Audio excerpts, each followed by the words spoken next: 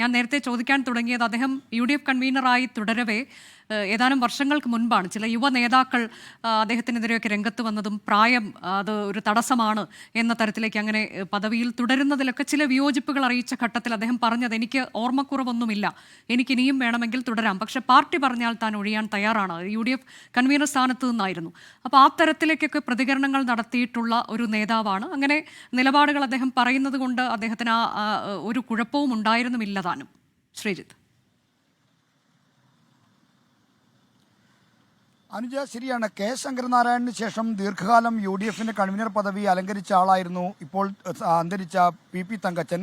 അദ്ദേഹം 14 വർഷക്കാലം UDF കൺവീനറായി തുടരുന്ന ഘട്ടത്തിലാണ് ചില യുവ നേതാക്കൾ PP തങ്കച്ചന് പ്രായാധിക്യത്തിൻ്റെ പ്രശ്നങ്ങളുണ്ട്, അദ്ദേഹത്തെ ഒഴിവാക്കണം എന്ന തരത്തിലുള്ള ചില ആവശ്യങ്ങൾ ഉന്നയിച്ചത്. എന്നാൽ ഈ ഉന്നയിച്ച നേതാക്കളോട് പോലും അദ്ദേഹം തികച്ചും സൗഹൃദപരമായിട്ടുള്ള ഒരു പെരുമാറ്റമാണ് അദ്ദേഹം മറുപടിയായി പറഞ്ഞത്. അതായത് തനിക്ക് ഓർമ്മക്കുറവോ മറ്റ് ആരോഗ്യ പ്രശ്നങ്ങളോ ഇല്ല, എങ്കിൽ പോലും പാർട്ടി പറഞ്ഞാൽ വേണമെങ്കിൽ ഏത് സ്ഥാനത്തു നിന്നും മാറാൻ തനിക്കൊരു മടിയുമില്ല എന്ന കാര്യം പ്രഖ്യാപിച്ചു.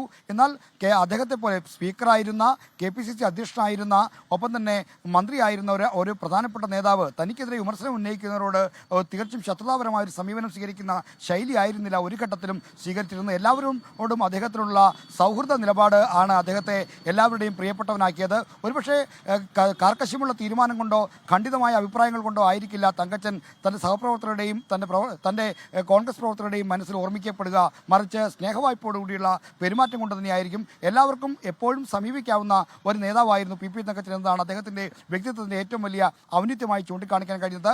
ആ വ്യക്തിപരമായ ഔന്നിത്യം തന്നെയാണ് കോൺഗ്രസിലെ കലുഷിതമായ ഗ്രൂപ്പ് കാലഘട്ടത്തിലൊക്കെ തന്നെ കോൺഗ്രസിൽ പിളർപ്പുണ്ടായ ഘട്ടത്തിൽ പോലും വലിയ പരിക്കുകളില്ലാതെ പാർട്ടിയെ സംരക്ഷിച്ചു നിർത്താൻ സഹായകമായത് എന്ന കാര്യം കൂടി ഈ ഘട്ടത്തിൽ ഓർക്കേണ്ടതാണ്. നമ്മൾ നേരത്തെ സൂചിപ്പിച്ച അഭിപ്രായം തന്നെയാണ് AK ആന്റണി അടക്കമുള്ളവരും പറഞ്ഞത്. അദ്ദേഹം സമവായത്തിൻ്റെ ഒരു കേന്ദ്ര ബിന്ദുവായിട്ടാണ് കോൺഗ്രസിനകത്ത് പ്രവർത്തിച്ചത്. എന്നാൽ അദ്ദേഹത്തിന് ഗ്രൂപ്പ് ഉണ്ടായിരുന്നു, ഐ ഗ്രൂപ്പിൻ്റെ ഏറ്റവും പ്രധാനപ്പെട്ട നേതാവായിരുന്നു. എന്നാൽ അദ്ദേഹത്തിന് എതിർ ഗ്രൂപ്പിൻ്റെ തന്ത്രജ്ഞനെന്ന് അറിയപ്പെട്ടുകൊണ്ടിരുന്ന ആര്യാടൻ മുഹമ്മദുമായി ഏറ്റവും അടുത്ത സൗഹൃദമുണ്ടായിരുന്നു. അപ്പോൾ ഇങ്ങനെ സൗഹൃദത്തിൻ്റെ പാലം എല്ലാവരിലേക്കും നീട്ടാൻ കഴിയുന്ന തരത്തിലുള്ള മഹനീയമായ ഒരു വ്യക്തിത്വമാണ് അദ്ദേഹം PP തങ്കച്ചൻ. ആ നേതാവിൻ്റെ വിയോഗം ആ അർത്ഥത്തിൽ കോൺഗ്രസിന് വലിയ നഷ്ടവുമാണ്.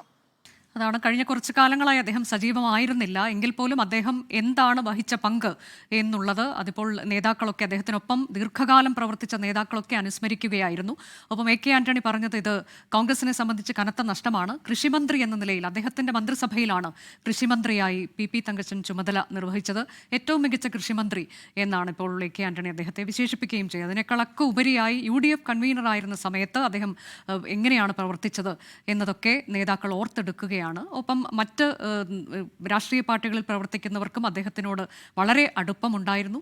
സ്വന്തം പാർട്ടിയിലും മറ്റ് ഗ്രൂപ്പുകളിൽ ഉണ്ടായിരുന്ന ആളുകളുമൊക്കെയായി വലിയ സൗഹൃദം കാത്തു സൂക്ഷിച്ച നേതാവ്, അങ്ങനെ ഒരു മുതിർന്ന നേതാവ് കൂടി വിടവാങ്ങിയിരിക്കുകയാണ്. PP തങ്കച്ചൻ അല്പസമയം മുൻപാണ് അന്തരിച്ചത്.